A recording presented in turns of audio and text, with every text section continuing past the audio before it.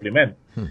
So this 25 million US dollar loan that we got from CDB, I understand that Harold will want to stay in opposition, spend it for us, but UWI will be one of the beneficiary of some of the funds, a portion of the funds. We have to also put some of it in Social Security to, at a minimum, reduce the arrears. So maybe if they're down to a week or so in arrears, that would not be bad. But to get up to 6 weeks, that is certainly untenable. And it's not that we have not been meeting our obligations. We have paid well beyond what is required of the government of Antigua and Barbuda into UWI, into Social Security. And I have suspect that we're close to about $200 million that we'd have invested into Social Security. So when Harold was talking about they put in $60 million in 10 years, it's pale compared to what my government would have done. And we also may have to reserve a portion of those funds for LIAT workers as well. However, I want to make it abundantly clear. If these LIAT workers continue to mess around and they don't come to the table and accept what we're offering, well, we just move on. And then they may have to go and look elsewhere. I don't know where, to get whatever benefits they think they're due, because the governments have no legal liability to them.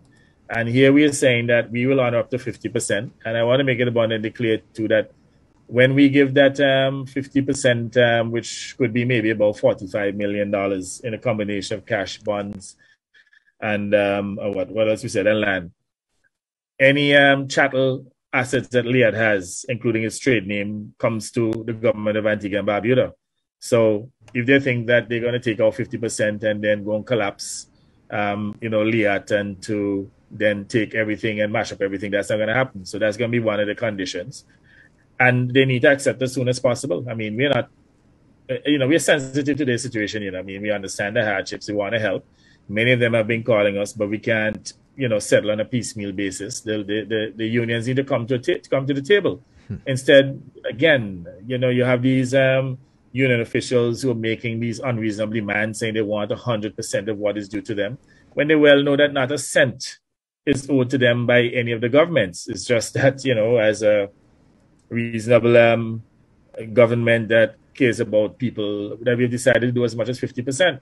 And our shareholding was only about 35%. So if they want to argue legally, even if by virtue of our shares we're liable, by the way we're not, but if by virtue of our shares in LIAT we're liable, then our liability would have been 35%. We're up to 50%. And these people need to be reasonable. I don't understand what's going on with these union leaders.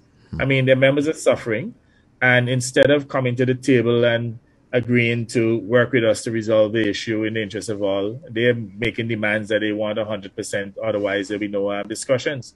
Well, guess what? You are putting your workers, at a disadvantage. You're creating a problem for them. So you can see already that 25 million US dollars, whereas people think is a lot of money, it's not a lot of money. We have other creditors as well that we have to pinch, a little bit and to give them something out of it. But what is happening, our political opponents are giving the impression that it's a lot of money. So we can pay off all our liabilities. We can pay off all our creditors, deliberately to put pressure on us when they know it's not true. In fact, when they went into their program during the global crisis, they borrowed $50 million from 50 million US dollars from CDB to assist.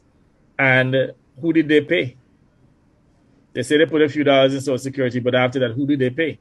They need to just, keep quiet. If you want to determine how government's funds are spent, well, when you see. This is Antigua Newsroom.